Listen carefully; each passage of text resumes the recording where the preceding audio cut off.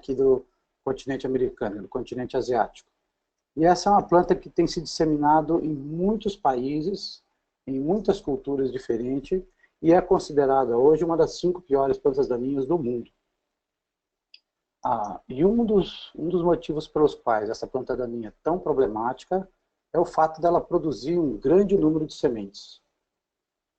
Pode chegar até 120 mil sementes por planta, em função... E uma outra coisa importante no pé de galinha é que a produção de sementes ela é distribuída ao longo do ciclo da planta. Então ela começa a produzir sementes por volta de 40 dias e vai até o final do ciclo, lá por volta de 120 dias depois da emergência.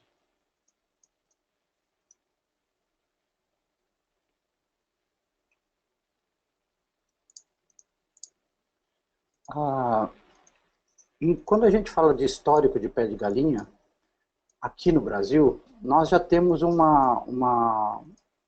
problema mais antigo, principalmente na região central do Brasil, na área do Cerrado, que é resistência de algumas populações do pé de galinha a herbicidas que a gente chama dos inibidores da CCase, os graminicidas de pós-emergência. Esse problema é um problema relativamente antigo e que já está bem disseminado no Cerrado. Mais recentemente, o que começou a acontecer é que nas áreas de soja RR e milho RR, principalmente no Paraná, a gente começou a escutar reclamações de produtores dizendo que o glifosato não estava mais controlando capim-pé de galinha. Então, a gente ouve essas reclamações em vários locais, em vários estados, mas como para a gente é mais fácil investigar as coisas que estão mais perto de Maringá, esses trabalhos a gente começou a procurar identificar esses problemas. No ano passado, em 2016, a gente conseguiu comprovar o primeiro caso de resistência a glifosato em capim-pé de galinha, na região de Campo Mourão.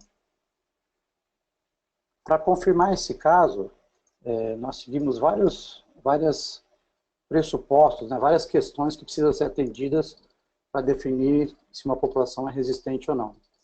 Então foram cumpridas várias etapas, inclusive avaliando a descendência dessas populações, as F1, F2, e realmente o problema de resistência ao glifosato foi comprovado.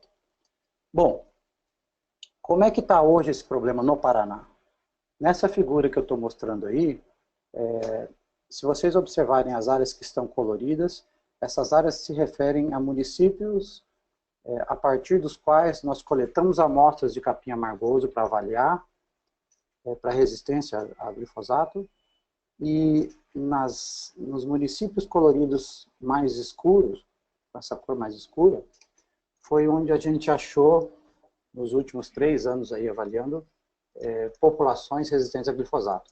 Então a gente tem no centro da figura aí uma mancha que é mais ou menos no centro do Paraná, que é na região de Campo Mourão, mas nós temos hoje 2 novos focos, um à esquerda, na região oeste do Paraná, na região de Cascavel e Toledo, e à direita, acima, nessa região aqui, perto da divisa do estado do Paraná com São Paulo também.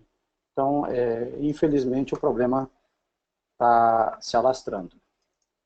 Bom, mas o que importa para a gente hoje é discutir aspectos relacionados ao controle dessas populações resistentes a glifosato. Eu trouxe alguns resultados de trabalho nosso para mostrar para vocês. Não vou mostrar muitos detalhes para não ficar muito cansativo, mas assim, são uma série de experimentos realizados, tanto com aplicações de herbicidas em pré-emergência do capim-pé de galinha, quanto em pós-emergência. Só que nesse grupo de experimentos em pós-emergência, nós dividimos em alguns trabalhos diferentes. Por exemplo, em um deles foi feito só com os herbicidas que visam a dessecação, herbicidas não seletivos. Um outro grupo de experimentos foi feito só com os herbicidas que são seletivos para soja, e um outro grupo apenas aqueles seletivos para milho. Eu vou mostrar alguns resultados desses trabalhos, e tem uma coisa particular nesses trabalhos que foram aplicados em pós-emergência. Eles sempre foram aplicados em 2 estádios diferentes do capim-pé de galinha. com um perfilho, que a gente chama de estádio 1, ou com 4 perfilhos, que é um estado mais avançado, maior da planta, que a gente chamou de estádio 2. O primeiro resultado que eu queria mostrar diz respeito aos trabalhos de pré-emergência. A gente testou uma gama bastante grande de produtos, praticamente o que tem disponível no mercado aí, em termos de princípios ativos, procurando usar uma dose que tivesse sempre dentro da dose recomendada para controle. Então aí vocês têm na tela a lista dos herbicidas que foram usados, né? E as doses, tanto em ingrediente ativo, aqui, quanto a dose do produto comercial na última coluna da direita. Bom, um resumo bem enxuto dos resultados está nessa tabela. Aqui são 3 avaliações, 20 dias após a aplicação, 35 ou 60 dias. E a primeira coluna sempre se refere à porcentagem de controle. Uma coisa que era mais ou menos esperado é que os herbicidas que têm espectro de controle graminicida tivessem boa performance. É o que a gente observou, por exemplo, quando a gente viu o controle de pendimetalin, do S-metolaclor ou do trifluralin. Todos eles promovem um controle muito bom e com um residual muito consistente. Além desses 3, só lembrando, né? Hoje no mercado nós temos formulações comerciais do S-metolaclor, que é o Dual Gold, temos 2 formulações de trifluralin, mas não temos produto comercial à base de pendimetalin. Hoje não tem disponível no mercado, é possível que volte a partir de em breve, mas por enquanto nós não temos mais produto comercial com esse princípio ativo. Uma outra coisa interessante é que se você não estiver esperando, ou se você não precisar de um controle residual muito longo, aqui esses 3 que eu falei deram controle excelente até 60 dias depois da aplicação. Se você precisar apenas de um início do lavoura no limpo, por exemplo, é possível que outras opções te deem bom controle. Tá? Por exemplo, sulfentrazone, embora não seja um herbicida para gramíneas, deu 97% de controle até 35 dias. Então, assim, dependendo do período de controle residual que você espera, outras opções também podem ser viáveis. Uma observação interessante que precisa ser feita aqui é a respeito do diclosulan. Diclosulan, na dose que ele foi usado aqui, 25 gramas de ativo, é dentro da faixa de recomendação de bula dele. A gente tem informações de colegas de outros trabalhos que eles fizeram com o diclosulan, usando esse herbicida a 35 gramas de ativo por hectare, que é o limite superior da faixa de recomendação de doses, reportando um controle acima de 85% do capim pé de galinha, o que é bastante bom.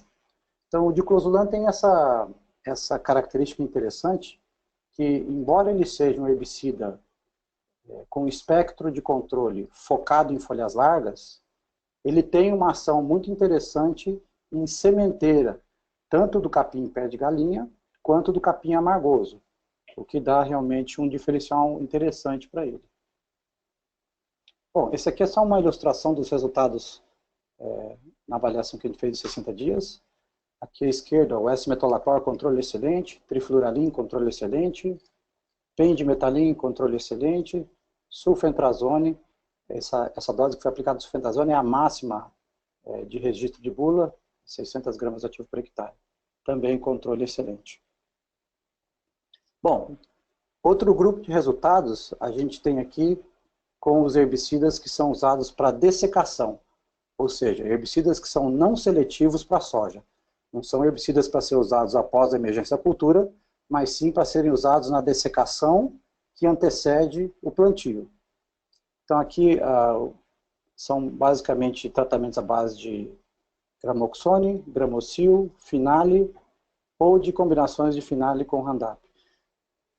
Nós não temos mais doses aqui de produtos à base de glifosato, porque a gente já sabia que estava trabalhando com populações com resistência ao glifosato. Bom, lembrando, né? Para os experimentos com aplicações em pós-emergência do capim-pé de galinha, nós sempre estudamos a aplicação em 2 estágios diferentes de desenvolvimento da planta. Então, esse E1 que tem nessa tabela se refere ao controle obtido com plantas com 1 perfilho, uma planta bem novinha. E esse E2 se refere ao controle obtido para plantas com 4 perfilhos, já um pouco mais desenvolvidas. Então, quando a gente olha aqui o controle das plantas mais novas, é possível observar que várias das opções, né, pelo menos 3 opções aqui, me dão o controle total dessa planta daninha, o que é bastante bom. Uma coisa que é ruim, na verdade, é que os tratamentos com glifosato ou com amônio glufosinato não conseguem promover controle adequado dessas plantas, mesmo num estágio bem precoce de desenvolvimento. Isso aqui reflete um pouco o que a gente vê nas áreas de produção de algodão, do Mato Grosso, da Bahia, de Goiás, onde, em função do uso das variedades LL de algodão, você tem um uso mais intenso de amônio glufosinato. A gente tem visto nessas áreas muita reclamação de escape de capim-pé de galinha, mas é porque o amônio glufosinato realmente ele não tem um controle muito bom dessa espécie. À esquerda aqui dessa tabela, se vocês observarem, vocês vão ver que não tem nenhum tratamento que me dá controle de 100%. Eu tenho bons controles aqui de 99, 99,5, 99,8, mas a gente não chega assim. Então, assim, a primeira coisa importante de pé de galinha é que, à medida que a planta se desenvolve e cresce, dificulta muito o controle químico com qualquer opção que vocês usarem. Independente da opção, a cada novo perfil que sai, dificulta o controle da espécie. Bom, isso aqui é a ilustração do controle obtido das plantas pequenas de um perfil. Então, você pode ver que as opções aqui com Gramocil ou com Gramoxone ficaram boas, e as com Finale aqui, isolado ou em mistura com glifosato, resultaram em controle muito fraco. Já quando passa para as plantas de 4 perfilhos, você reduz as opções disponíveis para manejo adequado. Então, basicamente, aqui o que deu controle bom foi apenas a dose mais alta do Gramocil. Então, é realmente uma planta daninha de difícil controle, e não é possível ter um controle sem rebrota com doses baixas desses herbicidas. Esse aqui é um outro resultado, agora focando os herbicidas que são usados em pós-emergência da cultura da soja. Ou seja, aqueles herbicidas que são seletivos para a cultura.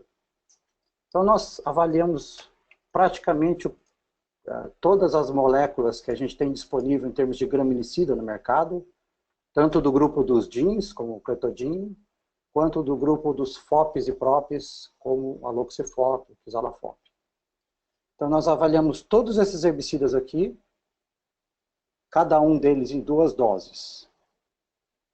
E depois, nesse grupo de baixo aqui, todos eles combinados com glifosato.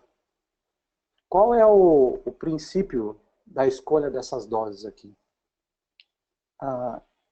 Antes da introdução da soja RR no Brasil, quando a gente falava em dose de graminicidas para aplicação em pós-emergência, a gente falava de dose de graminicidas para serem aplicadas em soja, por exemplo, para controle de amargoso, para controle de capim colchão, capim marmelada, plantas de controle mais simples. Então existia um range de dose, uma faixa de dose recomendada na bula desses herbicidas para controle dessas plantas daninhas. Quando surgiu o problema do capim amargoso, em função da dificuldade de controlar essa planta daninha, a faixa de dose desses graminicidas praticamente dobrou. Então, assim, nesse ensaio aqui, os resultados que a gente tem, por exemplo, Clethodim, dose de 0,45 e dose de 0,8. 0,45 era a dose máxima que era usada antes do problema do amargoso, nas recomendações mais antigas. E 0,8 é a recomendação atual para controle de amargoso. Então, assim, o ensaio aqui é para capim, pé de galinha, mas as doses que a gente usou sempre foram uma dose baixa e uma dose alta. E depois todas elas aqui combinadas com glifosato. Bom, esses aqui são os resultados de controle.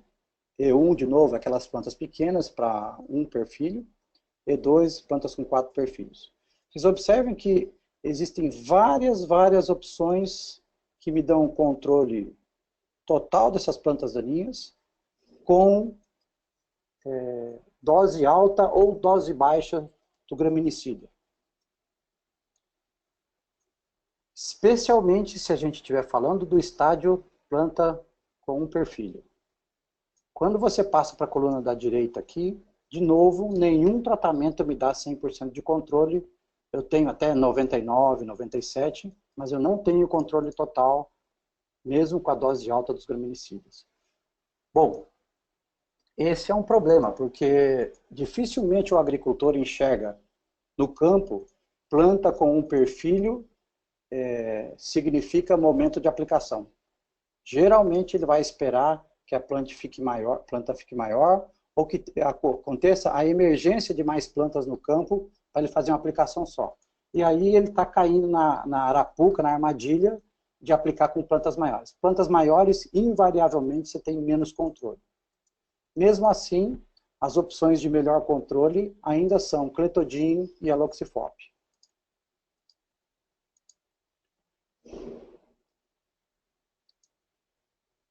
Aqui são as doses que foram usadas em produtos comerciais também. E aqui o resultado para as plantas de 4 perfilhos, as plantas maiores. Bom, aqui os herbicidas que foram aplicados para controle não seletivo, né, aquelas antes da aplicação, vocês podem observar que com 4 perfilhos, nenhuma dessas de baixo controlou, e a única que ficou realmente boa foi esse tratamento aqui com o Gramocil a 3 litros por hectare. Esse aqui é o resultado para as plantas de 1 perfilho. Na verdade, todos os tratamentos na linha de cima ficaram razoavelmente bons, exceto o Gramoxone 1 litro. E na linha de baixo, todos eles ficaram fracos.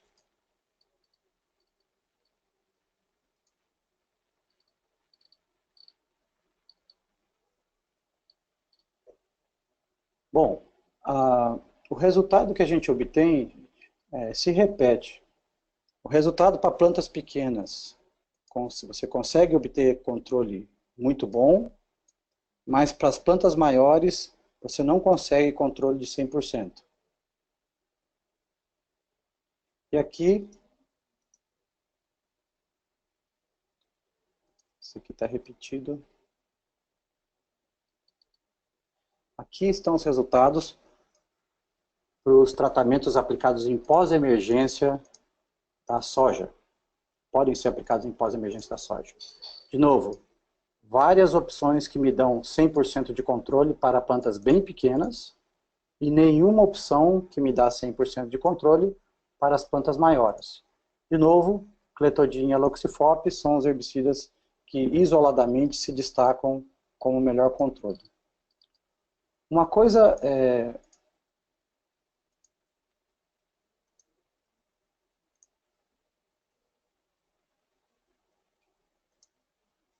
Só um minuto, pessoal, está repetido aqui.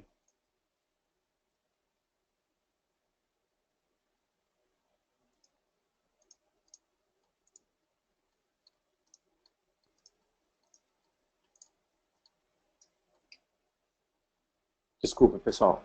O problema foi do operador aqui na frente da máquina. Só passei o slide para trás. Esses resultados aqui são os resultados dos tratamentos que podem ser aplicados em pós-emergência da soja. Então, olha que interessante. Na hora que a gente aplica os graminicidas nas plantas pequenas, no estágio 1, você obtém controle muito bom, inclusive com as doses baixas dos graminicidas. Lembra, ó, dose baixa, dose alta. Dose baixa, dose alta. Então, praticamente todos os graminicidas funcionam bem quando a aplicação é feita em plantas com um perfil. E aí, inclusive, as misturas de glifosato com os graminicidas também, na sua maioria, dão bom controle. Existem alguns casos, se vocês observarem na última linha de baixo aí, de algumas misturas de glifosato com graminicidas que têm um efeito antagonístico. Essa é uma coisa nova, né? A gente não tinha visto ainda em outras gramíneas. Normalmente, quando você coloca glifosato, por exemplo, com graminicida para controle do amargoso, a mistura é sinergística. No caso do capim pé de galinha, existem misturas que são antagonísticas, ou seja, o glifosato acaba prejudicando o efeito do graminicida. Quando esses tratamentos são aplicados em plantas grandes, em 4 perfilhos, como existe resistência ao glifosato, o glifosato também não controla, existe rebrota. E aí você passa a observar que apenas as doses altas dos graminicidas conseguem oferecer controle. Então observem aqui, ó, Select dose baixa, Select dose alta, aqui com controle bom, aqui com rebrota. Verdict dose baixa com rebrota, Verdict dose alta, controle bom. Então a tendência é essa. Para as plantas acima de 4 perfilhos, o que vai funcionar são apenas as doses mais altas, semelhantes àquelas recomendadas para controle de capim amargoso resistente a glifosato. E de novo, em alguns casos aqui embaixo, ó, a gente tem um efeito antagonístico do glifosato, desculpa, na próxima. Algum efeito antagonístico do glifosato, reduzindo o controle do graminicida. Aqui os graminicidas isolados, os graminicidas com glifosato. Então, vocês podem observar na linha de baixo que existe realmente algum efeito antagonístico em alguns casos.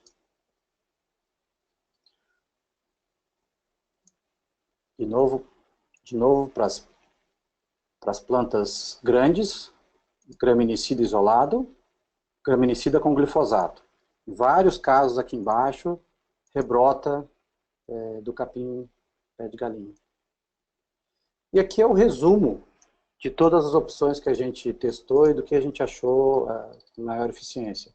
Então, existem opções em pré-emergência, existe opção para fazer uma dessecação de plantas pequenas, com produtos não seletivos, e tem possibilidades de você usar produtos para controle em pós-emergência, com seletividade para cultura, envolvendo principalmente os graminicidas, os inibidores da CCase. Aqui nessa lista tem todos os tratamentos que deram pelo menos 80% de controle, né? Mas assim, controles mais altos foram obtidos com S-metolaclor e trifluralin em pré-emergência, com residual bastante interessante, com gramocil, né, paraquat mais diuron, principalmente a 3 litros por hectare, e com cletodin ou aloxifop nas doses mais altas que são recomendadas hoje. Bom, em resumo, papel de galinha, a gente hoje tem confirmação que existe resistência para glifosato. A gente tem monitorado esse problema no Paraná, mas a gente tem um outro problema grave hoje, que é papel de galinha, que são os casos de resistência aos graminicidas, que tem uma extensão bastante grande, principalmente na área de cerrado. Mas nós temos hoje alternativas com mecanismos de ação diferentes para usar em pré ou em pós-emergência, visando ao controle dessas populações resistentes, principalmente a glifosato.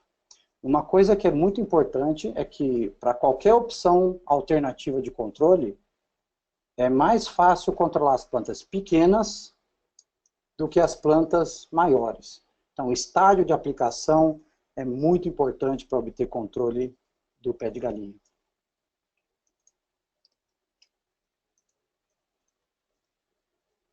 A nossa próxima discussão é a respeito do capim amargoso, resistente ao glifosato.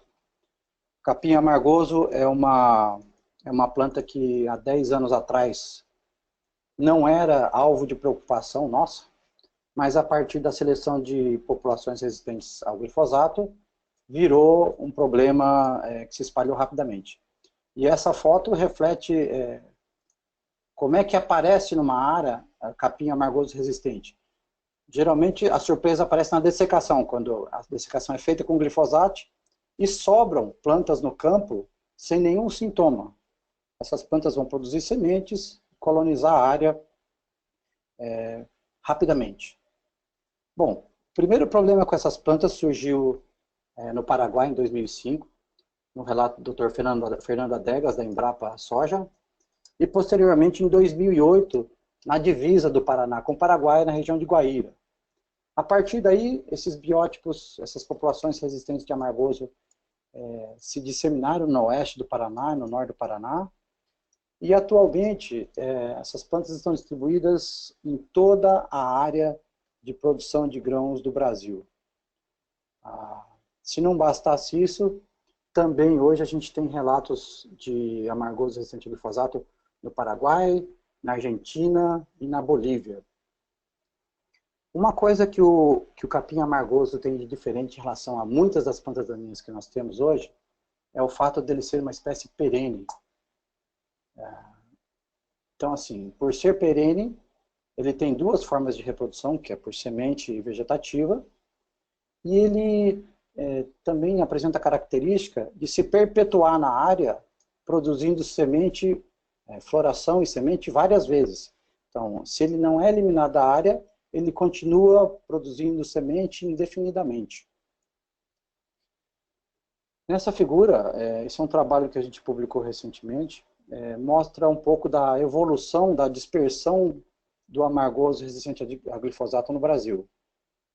À esquerda, a situação que a gente tinha em 2012, o problema estava mais concentrado na região oeste do Paraná, no sul do Mato Grosso do Sul, e tinha alguns relatos dispersos de ocorrência em Minas Gerais, no sul de Goiás e no Mato Grosso. À direita tem uma figura que reporta a situação mais recente. Cada ponto vermelho desse reflete uma amostra que foi avaliada e considerada resistente a glifosato. Então, realmente, a dispersão disso aumentou muito. Praticamente todas as amostras que a gente analisa hoje do Paraná e do MS apresentam resistência a glifosato. E toda a região central do Brasil, São Paulo, Minas, Goiás, Mato Grosso, Tocantins, Bahia e as regiões mais novas lá do Norte e Nordeste, que apresentam produção de grãos, hoje tem amargoso resistente nessas áreas. O amargoso ele tem uma disseminação muito rápida. A disseminação a curta distância pode acontecer pelo vento, pelos rizomas, ou a longa distância, por meio principalmente de máquinas de colher, que são alugadas e que se movimentam de uma área para outra. A gente sabe hoje que esses dois, a deiscência pelo vento e as máquinas de colhedora, não são as únicas formas de disseminação do amargoso. A gente sabe também que existem processos independentes de seleção local em função do uso intensivo de glifosato. E essas plantas, essas sementes apresentam uma germinação altíssima. Provavelmente, entre as plantas daninhas, é a planta daninha que apresenta o maior índice de germinação normalmente no campo. E uma coisa interessante é que, mesmo na época seca do ano, durante o inverno, a semente não é inviabilizada. Então, o que acontece é que existe fluxo de emergência do amargoso praticamente durante todo o ano. O que ele precisa é um mínimo de umidade apenas para germinar. Nessa foto tem, à esquerda, na letra A, tem a estrutura vegetativa de reprodução do amargoso, que é o rizoma, a estrutura de reserva dele. A letra B é um rizoma com raiz, e as letras C e D é o rizoma com raiz, mais um pedaço do colmo, da parte aérea. Bom, nós fizemos isso aqui só com o intuito de entender quais estruturas dessas são capazes de regenerar uma planta. E esse resultado mostra que apenas as plantas que têm uma parte do colmo são capazes de regenerar plantas novas. Isso tem uma implicação bem interessante do ponto de vista de manejo mecânico. Com esse resultado aqui, a gente entendeu, por exemplo, que quando você usa a roçada como método de controle do amargoso, a roçada mais efetiva no controle dele vai ser aquela que promoveu o corte mais baixo da parte aérea, com o mínimo possível de combos. Então, assim, para ter efetividade, a roçada precisa ser um método de controle que não deixa, ou que deixa o mínimo possível de parte aérea das plantas. Bom, para entender controle de amargoso, a gente precisa entender um pouquinho de como é que a planta se desenvolve. Então, essa planta inicialmente cresce muito devagar. O crescimento dela é lento até da emergência até o ponto em que ela começa a formação dos rizomas, que são as estruturas de reserva lá no solo. Essa fase coincide com aquilo que a gente enxerga como o entouceiramento da planta, a formação das touceiras. Então, quando a gente pega esse ciclo de semente até touceira, o capim amargoso, ele é uma planta de controle, eu não diria fácil, mas de controle com várias opções de alternativa quando você está falando de sementeira, de algumas opções interessantes quando você fala de plantas novas recém-emergidas, e de controle difícil quando você fala de plantas adultas, já florescidas, e com o entouceiramento dela com a formação das estruturas de reserva. Bom, começando então com o controle em pré-emergência. A coisa mais interessante do controle de sementeira de amargoso é o fato de você poder usar herbicidas, de você ter disponível herbicidas que são de mecanismos de ação diferente do glifosato ou dos graminicidas de pós-emergência. Então, assim, essa é a melhor chance, dentro do ciclo da cultura, de alternar um mecanismo de ação diferente. Uma outra coisa muito interessante é que você, usando um pré-emergente, você elimina a interferência inicial e você maximiza, você garante que a cultura está preparada para produzir o máximo que ela tem potencial. Sem contar que você reduz o banco de sementes com o tempo, você aumenta a tranquilidade para a aplicação do pós-emergente, diminui o número de plantas que esse pós-emergente precisa controlar, e você dá uma vantagem competitiva para a cultura. A cultura emerge na frente do primeiro fluxo de amargoso, o que resulta num controle cultural muito interessante. Então, para essa modalidade de controle, existem possibilidades como essas que estão na tabela. A gente tem, por exemplo, inibidores do crescimento inicial, como o trifluralin e S-metolaclor.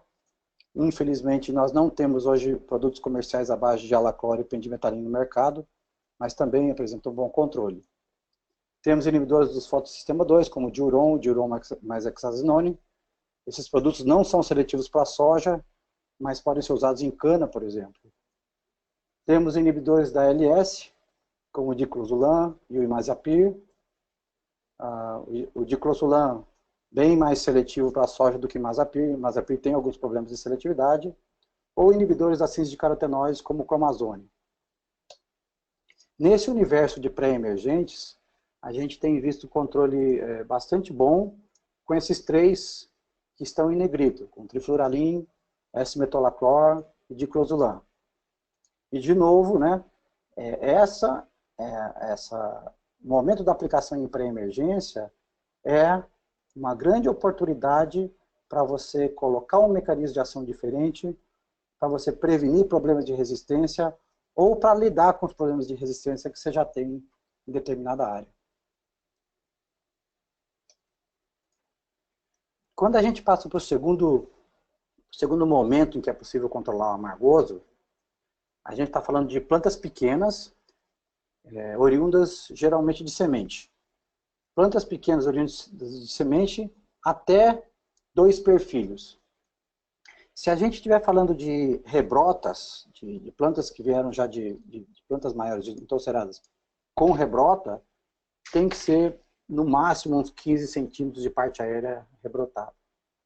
Nessa situação, ainda você tem algumas opções interessantes, por exemplo, produtos não seletivos, né, produtos com ação de contato, como amonoglufosinado, paraquat mais diuron, podem dar uma contribuição interessante. No caso de milho, por exemplo, mesotrione é um produto que tem uma contribuição interessante para plantas pequenas, ou os graminicidas, os inibidores da CCase, que são aqueles herbicidas do grupo dos FOPs e dos GIMs. Então, assim, plantas pequenas, ainda temos várias possibilidades de usar, principalmente em dessecação, produtos que são com ação de contato. O problema é quando as plantas crescem e atingem esse estágio aí, a partir de uns 40, 45 dias. A partir desse estágio, o sistema radicular dessas plantas é muito grande e as estruturas de reserva começam a se formar na base das plantas aqui, os rizomas. Essas plantas, que são tipicamente aquelas plantas que ficam na entre-safra, no período de entre-safra crescendo livremente, elas são muito mais difíceis de controlar, porque elas têm algumas coisas do ponto de vista anatômico que diferenciam elas das plantas mais novas. Nesse caso de plantas entolceradas já florescidas, não há hoje no mercado nenhuma resposta em termos de produto que dê controle eficiente dessas plantas em uma única aplicação. Então, no caso dessa infestação de plantas mais velhas, você precisa pensar que é preciso ter um sistema de manejo muito mais do que um herbicida eficiente. O que a gente tem aprendido nesses 9 anos de manejo de amargoso resistente a glifosato é que para você obter controle efetivo e não ter efeito dele sobre a produtividade, pelo menos de soja, você precisa ter, no mínimo, 3 momentos nos quais você vai ter que pensar em controlar o amargoso. 3 intervenções de controle. Uma possibilidade de juntar essas 3 intervenções é, por exemplo, fazendo uma dessecação antecipada em relação ao plantio, uma segunda dessecação, geralmente na véspera do plantio, seguida de uma terceira aplicação em pós-emergência da cultura. E essa aplicação, por exemplo, na dessecação do plantio, ela é feita após a rebrota das plantas grandes. Por outro lado, a aplicação em pós-emergência é feita de novo após a rebrota das plantas e da segunda dessecação. O momento digamos assim, fazer essas aplicações tem a ver com o plantio. Normalmente essa primeira dessecação antecipada, a gente sugere que seja aí por volta entre 10 e 20 dias antes do plantio, dependendo do tempo disponível. Mas o que é mais importante é que essa segunda dessecação na véspera do plantio seja feita com uma rebrota do amargoso em torno de 10 a 15 centímetros. Esse é o momento da segunda dessecação e do plantio. Aí, com esse manejo, você dá para a cultura a chance de emergir na frente da outra rebrota, da próxima rebrota do amargoso. Essa é uma vantagem competitiva que é importante no sentido de preservar o potencial produtivo do material.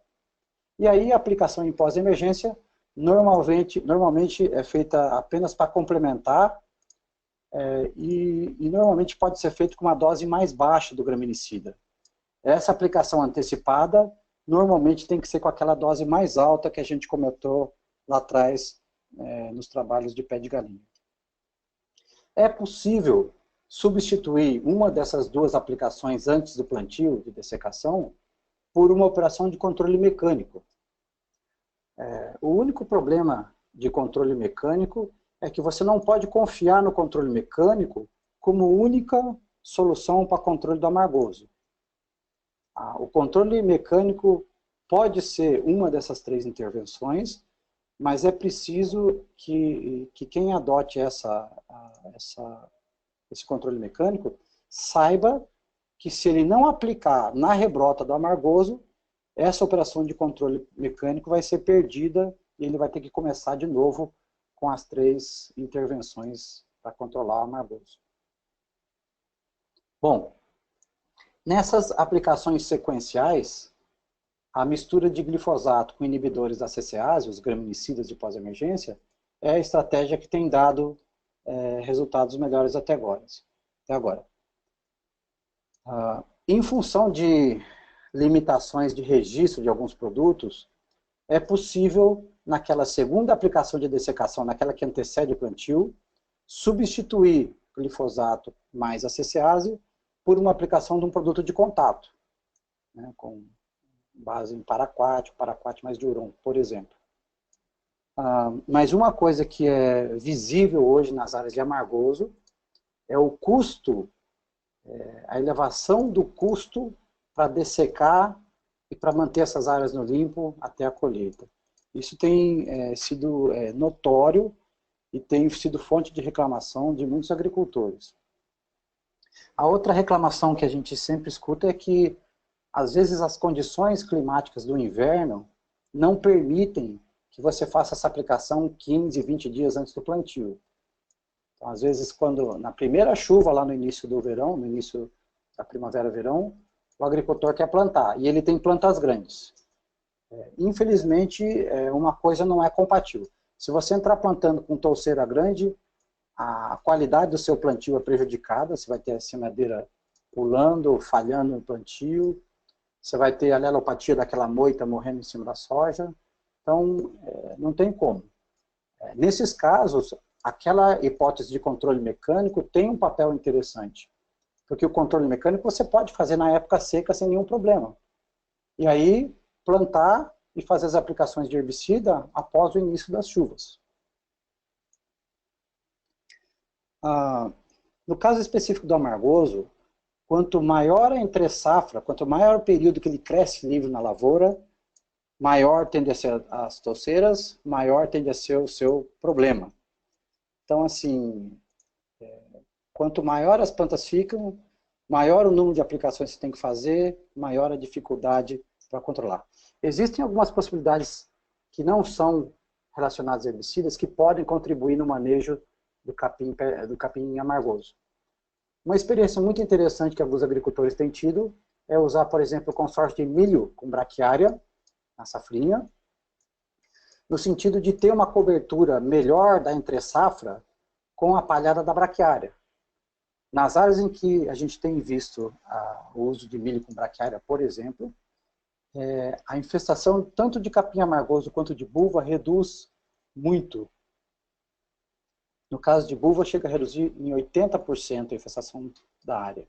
Tem poucos herbicidas hoje que dão controle acima de 80% de buva.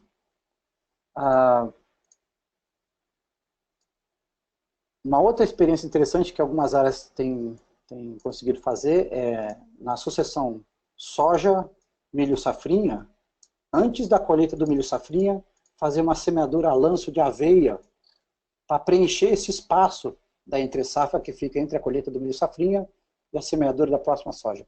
Simplesmente com o intuito de cobrir a área e não deixar plantas daninhas como o amargoso entrarem e crescerem na área.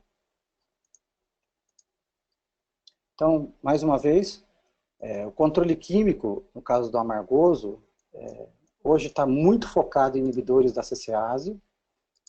Eles são uma ferramenta importante, talvez a melhor que nós tenhamos, mas para preservar essa ferramenta por mais tempo, a gente precisa investir em outras coisas que não inibidores da CCase e controle químico.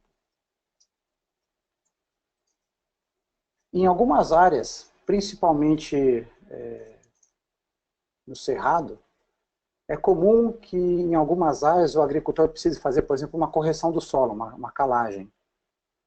Quando ele tem uma situação dessas, é possível ele aproveitar a gradagem, por exemplo, que ele faz para incorporar o calcário, com o controle mecânico do amargoso. Então, é possível não só depender de roçada, mas usar, por exemplo, a aração e gradagem como uma daquelas 3 interferências de controle que a gente mencionou. Normalmente são interferências de entre-safra com áreas de menor cobertura de palhada.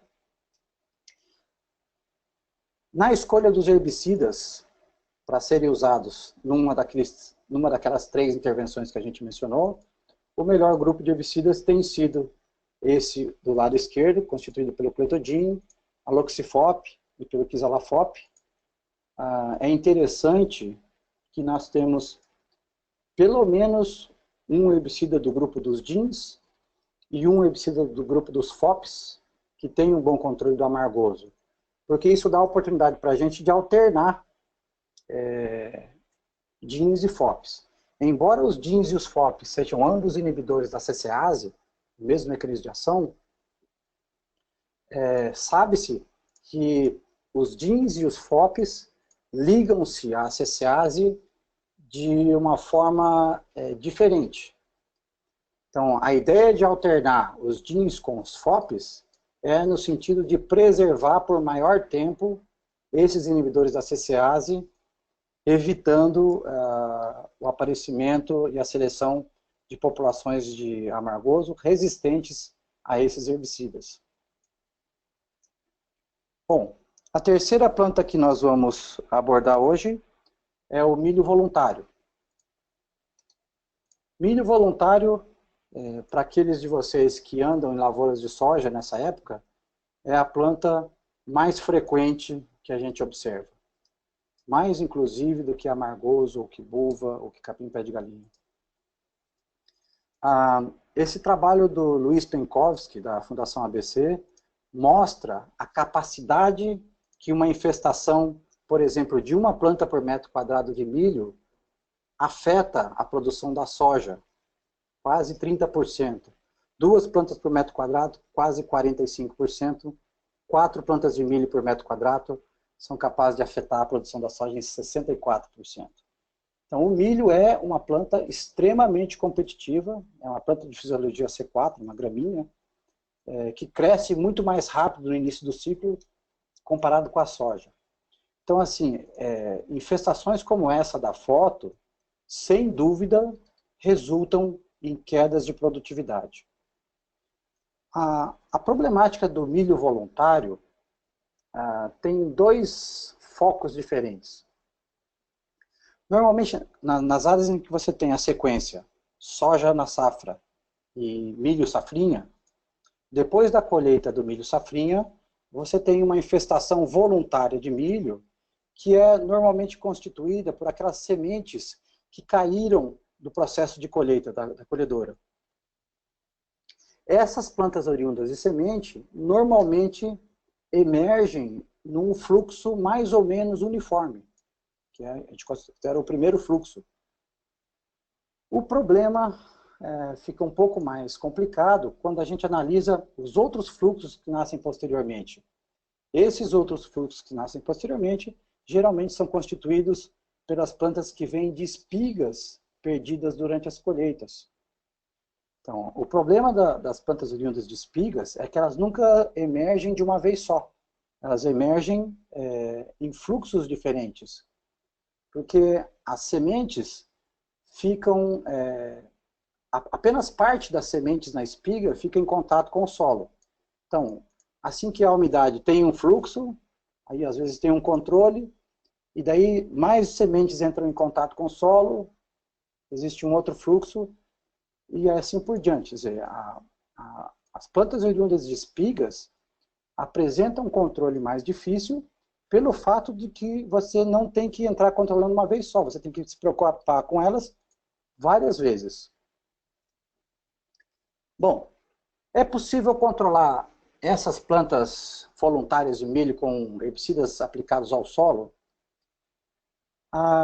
É possível, existem algumas opções de herbicidas usados em soja que dão algum controle de milho voluntário, mas o grande problema é que os melhores graminicidas aplicados ao solo, que são seletivos para a soja, são também seletivos para milho. Aí tem dois exemplos nesse slide. Trifluoralim, por exemplo, e S-metolaclor. Então, assim, não é possível usar esses herbicidas para controlar o milho na soja. E o outro complicador de pré-emergente nesse caso é o fato de que nenhum herbicida no mercado hoje é capaz de dar controle residual suficiente para matar aqueles vários fluxos que emergem da espiga. Né? Como a gente explicou agora há pouco, não é um único fluxo. Para controlar esses vários fluxos, teria que ser um herbicida com bom residual, mas que ainda enfrentaria o problema da espiga estar acima do solo, não entrar em contato com o solo. Então essa é uma situação bem difícil e que realmente não tem muitas opções no mercado hoje. Quando você fala de controle em pós-emergência das plantas voluntárias de milho, você pode ter, por exemplo, se for milho convencional, e o convencional que eu estou falando aqui é não RR. Você pode, o controle preferencial é feito com glifosato, por ser muito efetivo, tanto em plantas pequenas quanto em plantas maiores, e por ser um produto de custo bastante competitivo no mercado. Além do glifosato, um outro herbicida não seletivo que pode ser usado é o glufosinato, com alguns senões, que eu vou explicar. Paraquat, ou paraquat com diuron, são produtos de contato. Ou uma terceira possibilidade é usar os inibidores da CCase, os graminicidas, que são produtos sistêmicos e seletivos. Então, assim, glifosato, glufosinato ou paraquat são possibilidades que você tem de usar, principalmente pensando em dessecação, embora o glifosato possa ser usado em pós-emergência em soja RR. Mas os únicos herbicidas desse grupo, dessas opções que estão aí, que são verdadeiramente seletivos para qualquer material de soja, seja ele RR ou não, são os inibidores da CCase. Quando você fala de milho RR, você acrescenta um grau de dificuldade nesse manejo, porque o glifosato passa a ser uma molécula ineficiente para o controle dessas plantas. E aí, quando você entra num sistema de sucessão, soja RR, milho RR, você tem menor número de opções de herbicidas que podem te dar controle. Nessa safra, nesse início de safra, agora 17, 18, a gente tem escutado algumas reclamações interessantes de agricultores. Por exemplo, o agricultor relata que ele plantou na safrinha milho convencional, não RR, já prevendo que para a dessecação do milho voluntário seria mais fácil usar glifosato. E aí ele usa glifosato e observa que algumas plantas morrem, algumas plantas não morrem. O fato interessante é que muitas vezes ele plantou milho não RR na área dele e o vizinho plantou milho RR. Como o milho é uma espécie de fecundação cruzada, ele só vai descobrir que ele tem milho RR na área dele quando ele vai dessecar com glifosato e o produto não controla. Isso tem acontecido com alguma frequência. Então, assim, olha, de modo geral, o principal grupo de herbicidas utilizados para controle de milho RR voluntário é o dos graminicidas, os inibidores da CCase. Existe uma gama de herbicidas nesse grupo. Tem o grupo químico que a gente chama de ciclohexanodionas, que são os DINs, né? Provavelmente nesse grupo aqui, o herbicida mais antigo é o cetoxidin, o POST, mas provavelmente o mais usado hoje é o cletodin, nas 3 formulações comerciais que estão disponíveis no mercado. E tem o outro grupo, que tem um nome complicado, chamado de ariloxifenoxipropionatos, que é o grupo dos FOPs e PROPs. De maneira semelhante aqui, provavelmente o herbicida mais antigo, mais tradicional é o fluazifop, fusilade, mas provavelmente hoje o mais utilizado, o que está maior abrangência em termos de área, é o aloxifop, o Verdict. Uma coisa muito, muito, muito importante para obter controle de milho RR voluntário é o momento em que os herbicidas são aplicados. Quando a gente está falando de plantas pequenas, até por volta aí de umas 3 folhas, a maioria, praticamente todos os graminicidas aplicados nas doses recomendadas, apresentam um bom controle dessas plantas. E além disso, principalmente se você estiver pensando em dessecação, você tem a opção de usar produtos não seletivos como o paraquat ou paraquat mais diuron, que é muito interessante. O problema é que muitas vezes o agricultor ele quer esperar o máximo de tempo possível para que mais fluxos do milho emerjam e ele faça uma aplicação só. Ao glufosinado nessas plantas, você acaba matando as plantas que não te interessam. Então, o glufosinato é usado como um gene marcador para a tecnologia de tolerância à lagarta. Então, assim, o resumo da história é o seguinte: em todos os híbridos que você tiver tolerância para lagarta, você tem também, provavelmente, tolerância ao glufosinato. Então, é por isso que o glufosinato não é utilizado aqui, ó, nessa lista de produtos não seletivos para controlar plantas pequenas. Mas é possível usá-lo se for milho que não tem tolerância à lagarta. Bom, no caso de plantas maiores, acima de 5 folhas, a primeira coisa interessante é que esses herbicidas de contato, seja paraquat ou paraquat com diuron, deixam de ser efetivos e você perde essa ferramenta. E aí sobram, na verdade, basicamente os graminicidas. Uma outra coisa muito interessante que acontece no campo é que para essas plantas grandes, de modo geral, os herbicidas FOPs ou PROPs têm controle superior aos DINs. E é uma característica do grupo químico, né? Não é exatamente de um produto específico. Mas, de novo, né? Do mesmo jeito que no capim amargoso ou no capim pé de galinha, toda vez que você deixa para controlar essas plantas em estágio maior, você tem menos opções de herbicidas que funcionam bem. Bom, esse é o nosso último slide. Isso procura resumir os pontos mais importantes dessas 3 plantas daninhas que a gente avaliou hoje. Até no título aí eu botei como brincadeira, né? Controle químico das gramíneas RR, né? Na verdade é só o milho que é RR, o capim pé de galinha e o amargoso, na verdade são populações selecionadas para resistência a glifosato.